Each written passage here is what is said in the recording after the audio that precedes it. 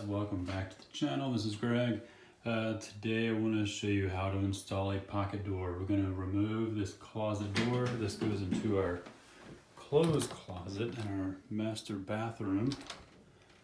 And this door is always just in the way because we always have it open when we're getting ready, getting dressed. So it's a very small bathroom. So we want to remove this door and install a pocket door that will go into this wall. It's a nice big blank wall, except for that receptacle. So we'll deal with that, and shouldn't be too bad.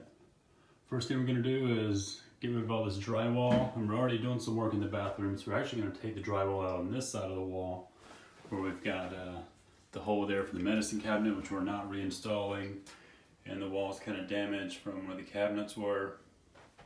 So instead of trying to repair that or cut out a large piece there, we're just going to take out this entire side of the wall, drywall. So let's get started. I'm going to just score along all the trim around the doors and the floor, and I'm going to remove that first. I'm going to take off our plates where the receptacle is and the outlet switch rather, and then we're going to score along the corners, in the corner there, and along the ceiling, and then down this corner, and then maybe score the drywall in a few places to take it out in smaller pieces.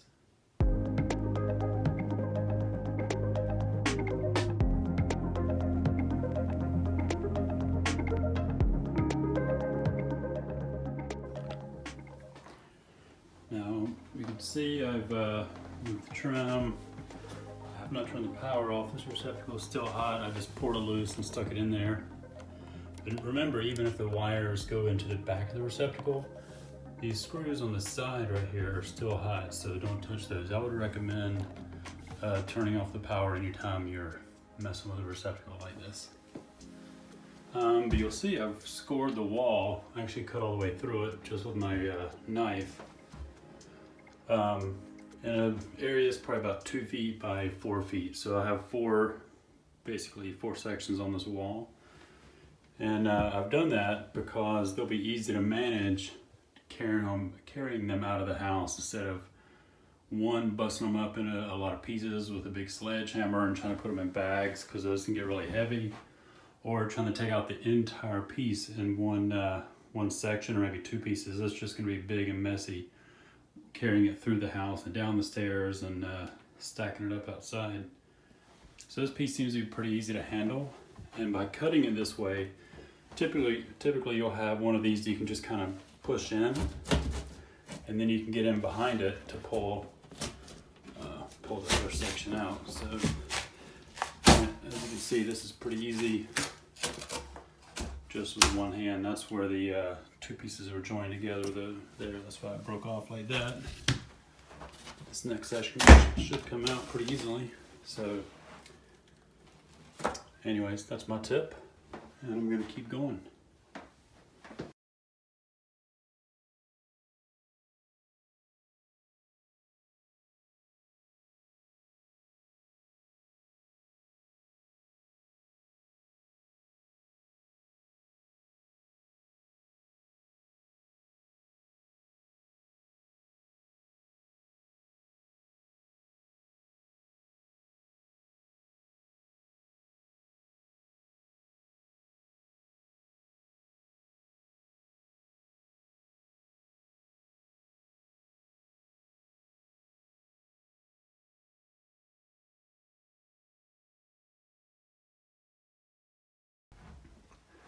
Okay, so that's it for the drywall.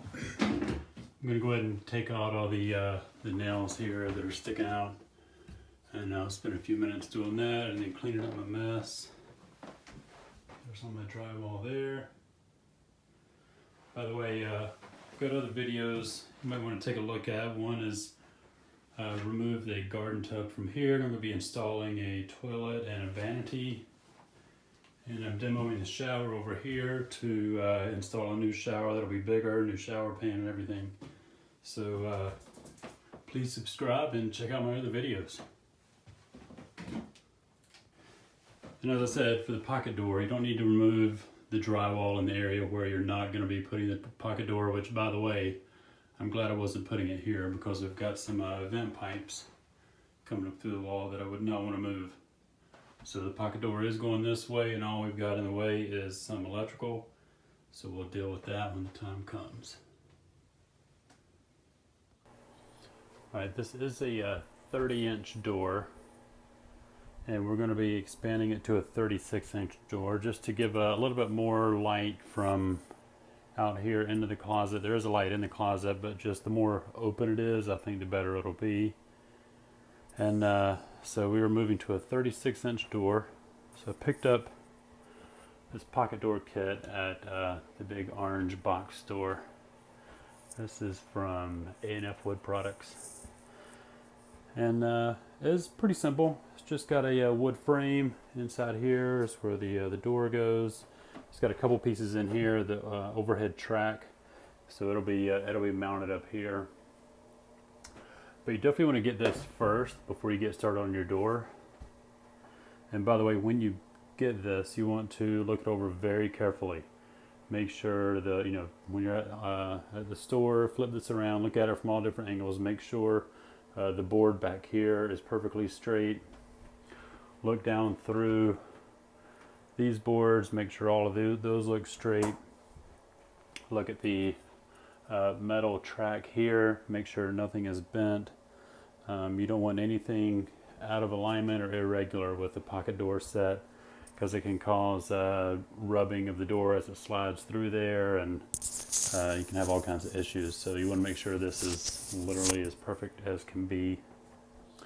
So before we start tearing this out, I just want to do some measuring, see exactly where this door is going to go, and make sure I know where I'm going to have to move my framing before I even open this up.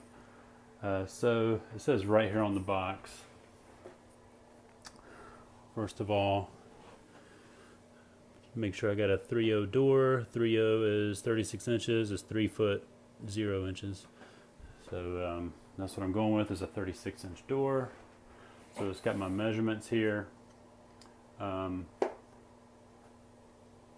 A is the width, B is the height.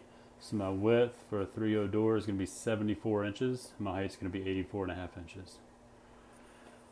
So I know I've got 84.5 inches because this rough opening is 82.5, I believe, right here. So it's just going to be a little bit higher. So I just need to see how far the other measurement is, the 74 inches.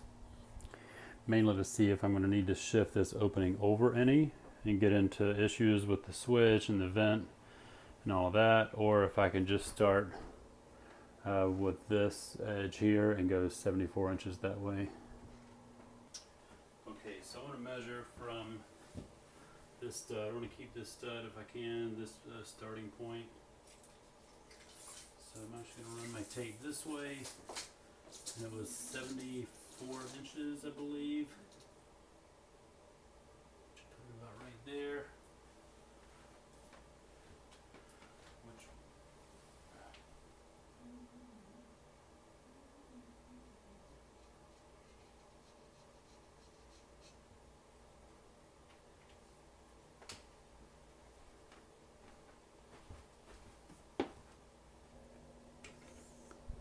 So my mark is actually going to be right here, which only leaves me a few inches here for the jack stud and the king stud. So I'm not going to be able to put a receptacle down on this end. So what I may need to do is get a shallow box and mount the receptacle to the actual door frame there. So I think that's what I'm going to do.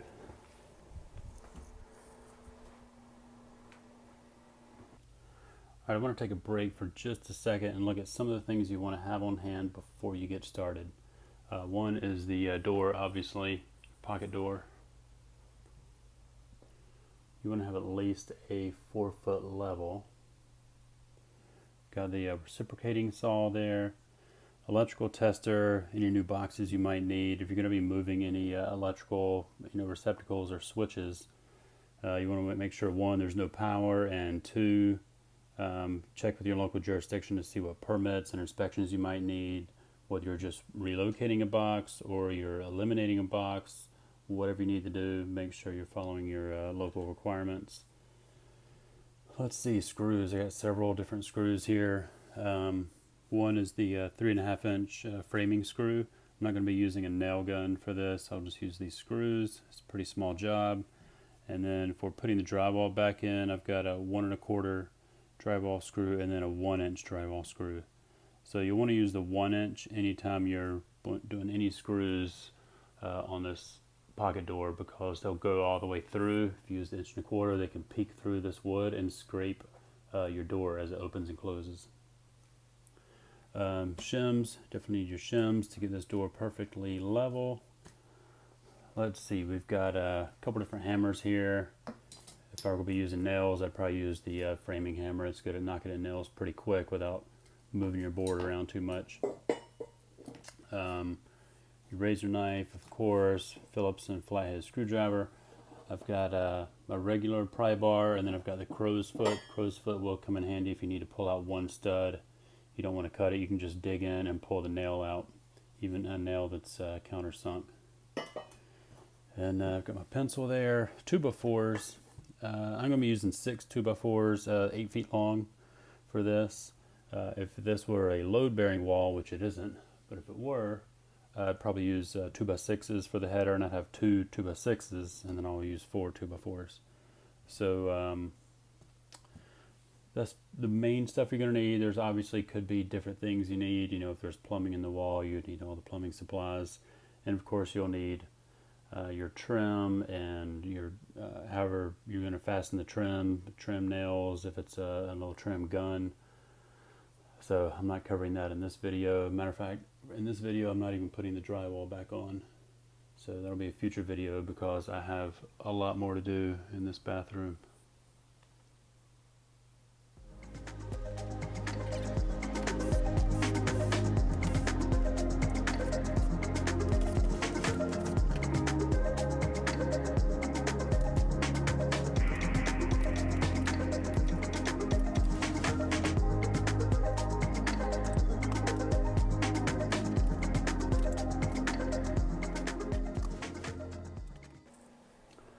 Okay, let's start removing some studs here. I marked on here the 84.5 inches, which was the rough opening size listed on the box the pocket door came in. So I'm going to cut this stud. This is the one that runs all the way down the side of the door here. Typically they'll stop here and your header pieces will sit on top of it, but this one they ran all the way up. So this is not normally how I would install the studs over a door. So I'm going to cut that. The new header piece will sit up here. I'm just using 2x4s since this is not a load-bearing wall. I'm going to take out this whole section from the ceiling to the floor. Remove this stud that has the electrical on it. And then the floor plate here, I'm going to cut this at the 74 inches, also listed on the box for the rough opening size. And my new studs will go here. So if your electrical is not off, you'll want to turn that off for this. And now we'll just pull these staples out. We'll cut this board so I can get this wire out of here without disconnecting everything. And because I do want to turn the power back on as soon as I get this out. And that is it. Let's get going.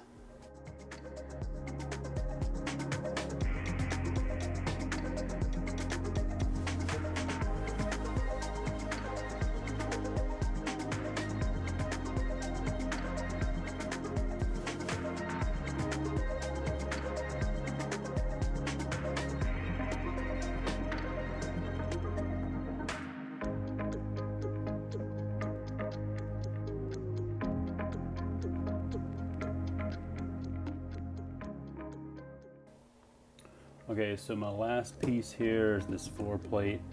I didn't mention before, but you do need to take off any baseboards that are on the back side of the wall because this drywall is now kind of just hanging here, free floating. If you don't take the baseboard off, when you try to pull this off, it can break your whole piece of drywall. So taking the baseboard off. Now I want to go ahead and cut this. I'm going to use the reciprocating saw.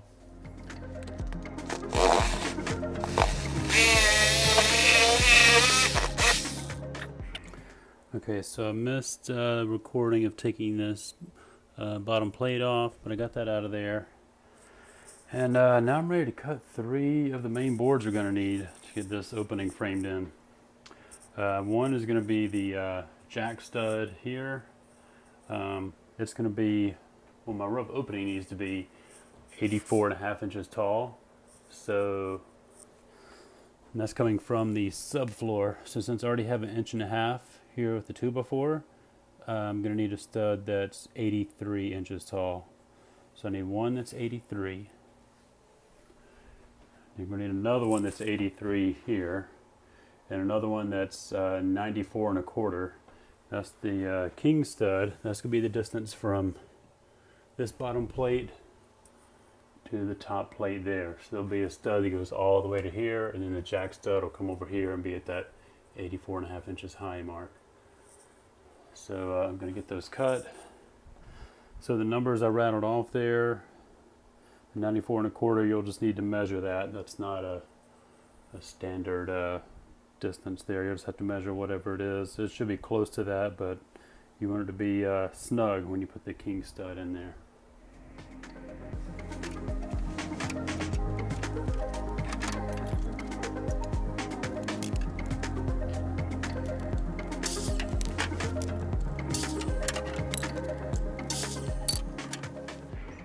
I'm ready to put these studs in. For here, this existing stud, the king stud, I'm leaving in place. It is nailed in from underneath, so it's pretty solid. It's not going anywhere. The top, however, is not nailed in, so it's completely loose. And in fact, I already poured it out when I was removing this switch box. So first thing I want to do is secure this, make sure this is plumb, and then I'll be ready to put in the jack stud. Okay, so the first thing I want to do is make sure this is plumb.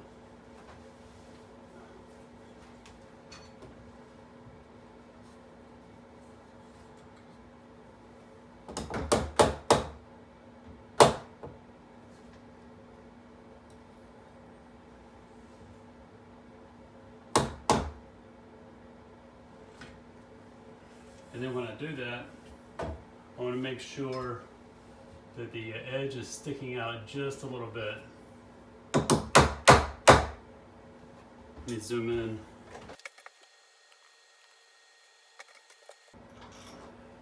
That way when I put my first screw in from the end, and toenail it in, that screw will actually move the board and pull it up flush with the top plate there.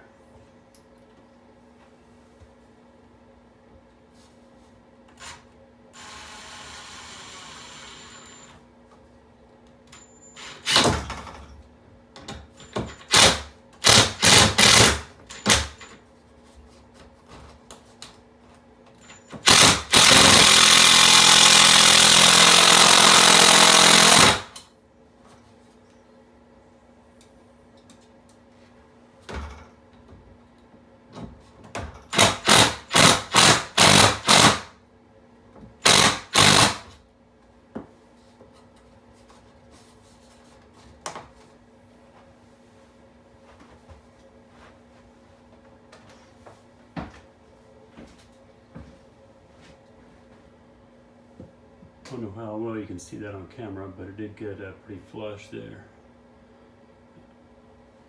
So now I'll put one in on each side at the top, in that same angle, and then I'm going to do a couple at the bottom, and I'll be ready for the jack stud.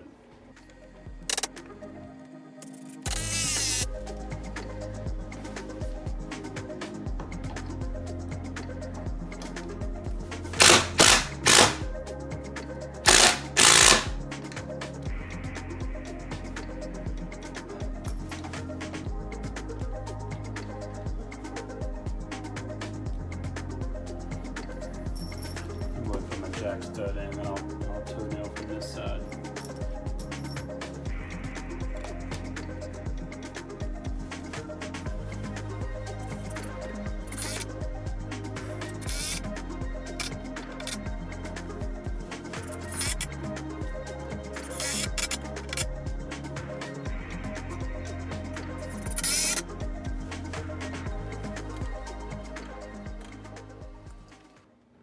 Alright, so my next measurement is going to be the 74 inches from the face of this stud all the way over here to the face of my other stud. So that's the measurement I want to go for. So I'm going to go ahead and pull the tape from that edge over to here and put a mark there on the floor. That's what I want to line up with.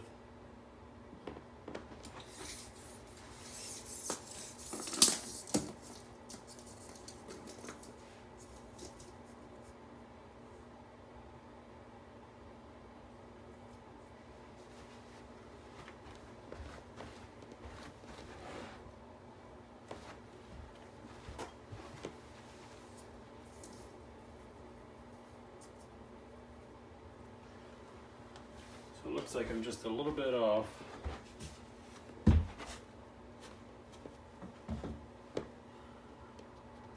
So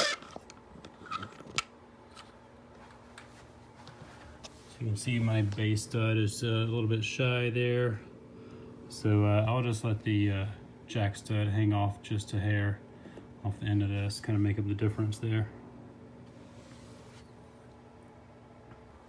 So I'm going to put a mark here.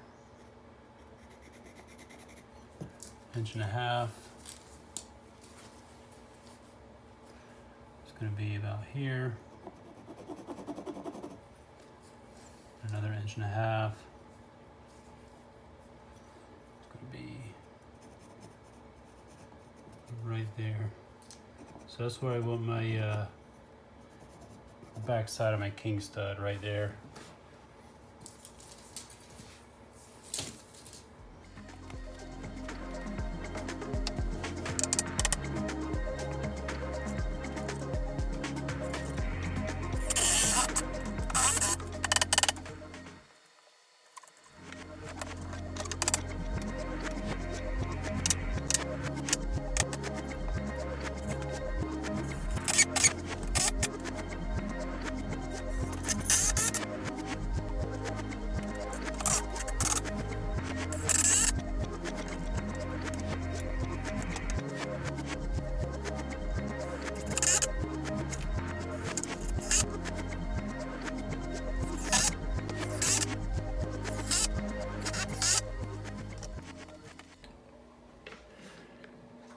I ended up a little further over than I wanted. I'm basically flush with the bottom plate, but it was so far out of plumb. I put this in first. I put the top in first, and when I came down to put this in, I had to move it back to get this plumb. So at least it's straight, although it's not exactly where I wanted it. I'll just have to use an extra shim or two. Now I'm ready to cut the boards for the header, which is going to go, it's going to sit right on top of here and right on top of that one there. So that's why I call this a jack stud, because it's jacking up the header. So that's it. So let's measure. We'll get a measure from this surface to the other king stud over here, which is right here. And we'll cut 2 2x4s, and I'll stand them sideways and run them straight across all the way from one side to the other. And then we'll put a couple of studs between the header and the top plate up here. So let's go cut some more boards. Okay, so these will be my header. Again, it's not a load-bearing wall, so I'm not worried about supporting the house. I just wanted to be able to support the door hanging from it, which will be very light. It's maybe 15 pounds. It's a very light hollow door. So I do want to turn them sideways, like so. So if I put them together, they'll be too narrow. There'll be a gap between the 2x4 and the drywall. So I'm going to put a little 1/2 inch piece of plywood in between the two. Again, if it were load bearing, I'd probably put a solid piece of plywood, but I just have some scraps in the garage. So I'll use these and sandwich that in there. And I'll put a few down through here. It'll be ready to put up.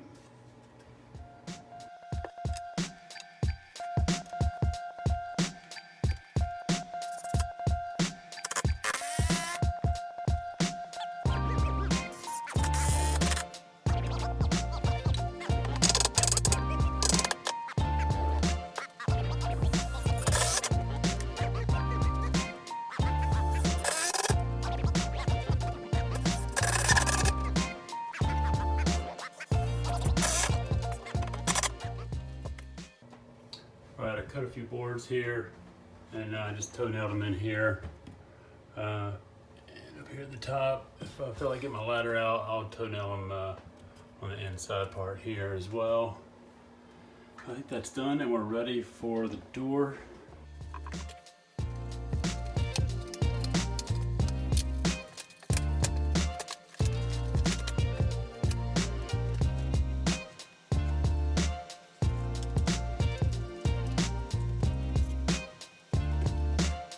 Alright, so according to the instructions, you're supposed to put this together first. So this piece was kind of on the end of this unit, so I took it off, put it up here. I see that it fits in here perfectly. So there's that. Just let it right down on, like so. And in here, there should be 2 screws. There's one screw goes into this piece, and we'll put another screw that'll go through into this piece. And then we'll be ready to set it in place. So let me get another screw and then we'll put those in. We'll hit a roadblock with the door set. I was getting ready to move on to the next part when I realized there was no rollers to hang the door from. So I got to call them. So in the meantime, I went ahead and moved that light switch over to the inside of the closet. I just have this temporarily tied off here, and I've got a receptacle that's in the top of the closet up here. So I'll be back tomorrow. We'll see if we can get this knocked out. All right, so actually the door came from Lowe's, not Home Depot. And Lowe's was able to hook me up with a new little hardware kit for the door. So appreciate them for doing that. Now, my next step on the door, I can go and install this frame now. You want to pull this metal bracket on the end of your frame right to the end of this board so it's flush. And that's what's going to mount right on the surface here. I'll need to go through and trim up this drywall so it's flush with the 2x4, and then my door trim will go here. So since we know that's where this is going to be, now we know exactly where this is going to be. So I'm going to go ahead and mark. Sorry about my fingers getting in the picture there. Go ahead and mark right here on the drywall, and then I'll remove this frame, measure over 3/4 of an inch, because the little trim boards here, the drywall needs to come up to the back side of that. So I'll do another mark back here 3/4 of an inch back, and that's where I'll cut this drywall, get that out of the way. And this will be ready to mount into place. And so let's do that now.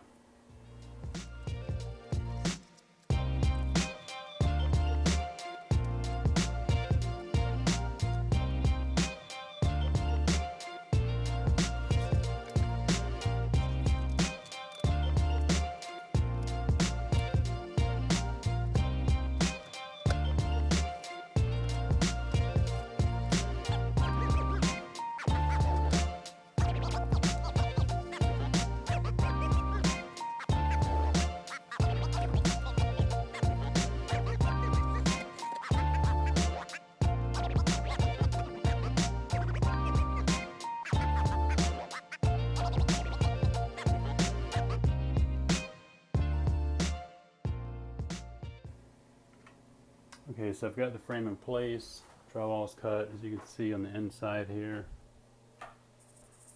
Got the power off right now because I was doing some electrical. But the drywall comes just to the inside of the frame here.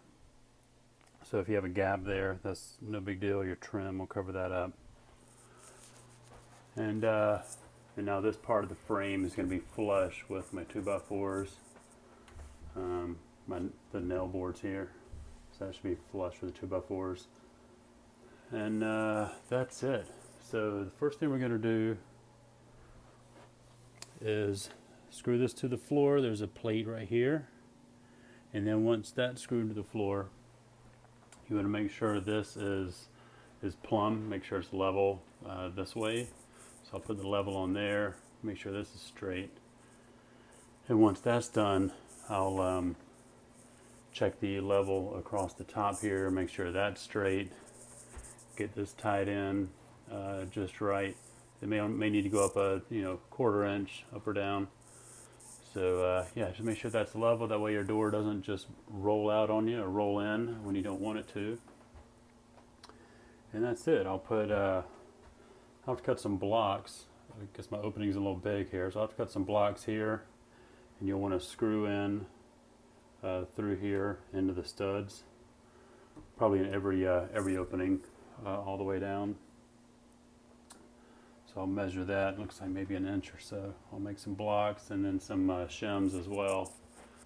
And I don't need to do anything across the top because it'll be held in here on the end, and it'll also be held in down here on this end, and this top will just kind of float here. It's not going to sag or anything because it's got the your metal track in here, which is angled, so that's all this really the support it needs. And so I'm going to do that now. I'll cut some blocks and I'll be right back, and we'll get this thing tied in permanently.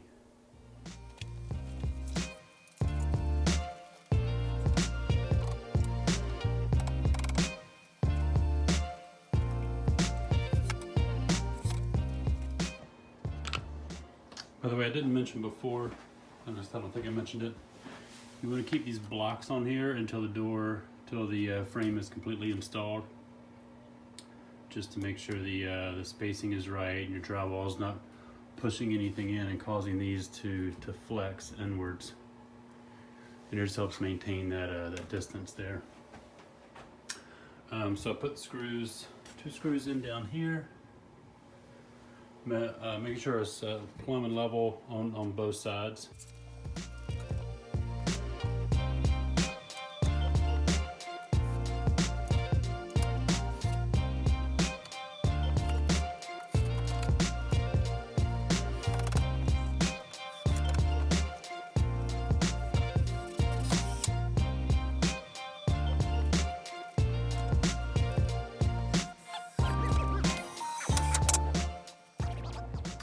Okay, so the frame is done, installed, pretty solid. It's not moving anywhere. So now I'm going to hang the door. I'm going to leave this open while I hang the door so I can see it operate, make sure it all works well. And while we have it here, if you ever have to work on one of these, and I can't speak for ones that were put in 30, 40 years ago, but you'll see these have a slot where the screw goes in here. There we go. So that's a slotted hole. So you could move this rail and take it out without having to take the drywall down that's in here.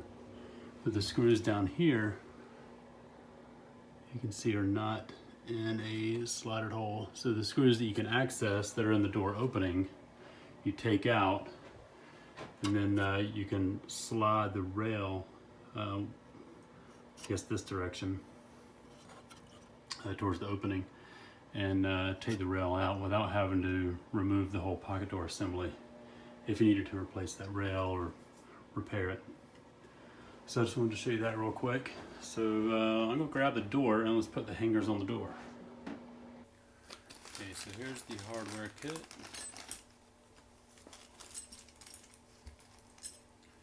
It's pretty simple here.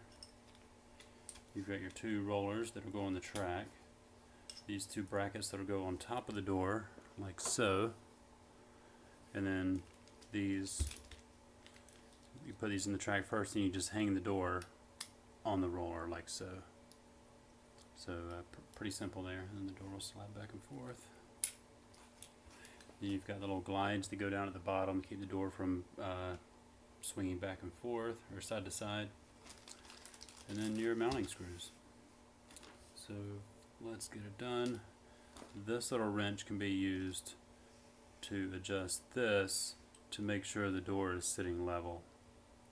So you can adjust each one of these to make the door hang right. So that's what you adjust to make the door fit flush down your door jamb. So what I need to do is go in 2 inches from the edge of the door, mark that, and then that is where you'll mount this, and you want to make sure this is centered. And also when you mount these, you want to make sure they're both turned the same direction, so you'll be able to put the door in and slide it like so.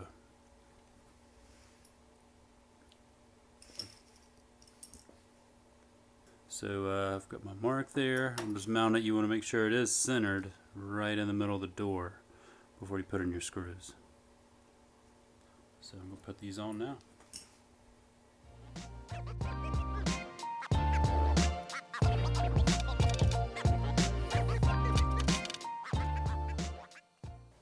Okay, we can go ahead and remove the 2 blocks that came on here from the factory.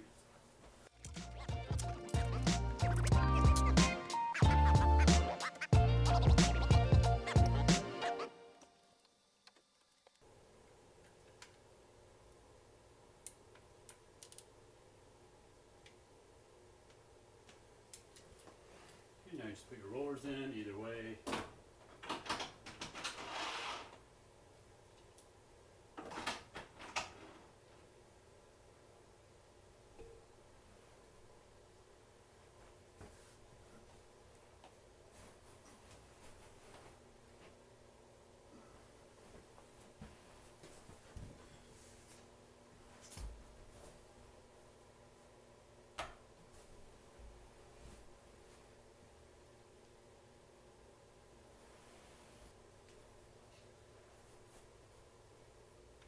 So I struggle with that. The door is just a little bit too long, so instead of cutting the door, I'm actually going to take out this carpet here, just so I can get the door hung, and then I'll be able to get a better measurement for how much needs to come off the bottom of the door to make room for the new flooring.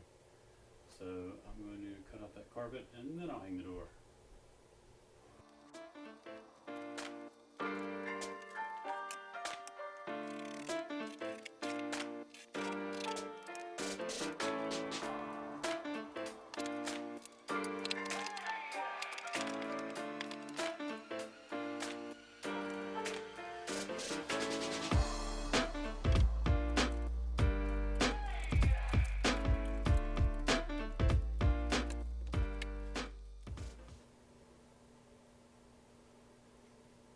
Alright, so I'm going to set a pry bar down here on the floor so I can just step on it to move the door up and down slightly, and set the door in place. Slide these hangers over into the little brackets on the door, and then I'll go on the inside of the closet and close the brackets.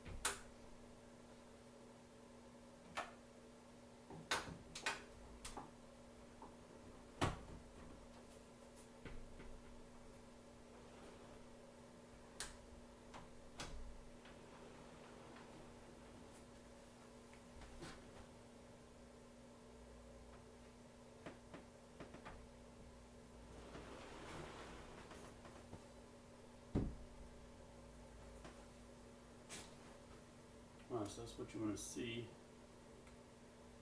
It's a nice straight gap from top to bottom. where that door meets the jamb there. So when I put the trim on, it should be that nice straight line. And you'll see there's only about a 1/2 inch gap here. So once I do my little door jamb on there, which will be about 1/2 inch, this will be a nice tight space here. So that is it. I'm going to put on the hardware next. Alright, so I'm not going to put the hardware on here yet. I think I'm going to call it quits for the pocket door. But I wanted to show you this also. Another thing you want to see, there's no guides on the bottom yet when it's hanging there with these nice straight gaps on each side. You don't want the door rubbing when it's just hanging there. So you can see all the way to the bottom, it's hanging perfectly in between the two pieces of the door frame here. So that is it.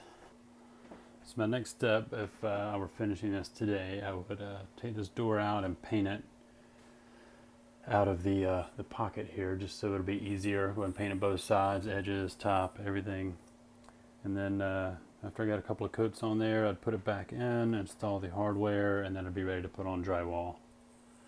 And once the drywall goes on, then you can do the trim, all the door jamb trim around here, and then do the perimeter trim around the door. But before I do that, I have some other projects I'm working on. One is I'm going to be framing in around a shower. I'm also opening up this door. So I'm going to remove all this, do a new header in there.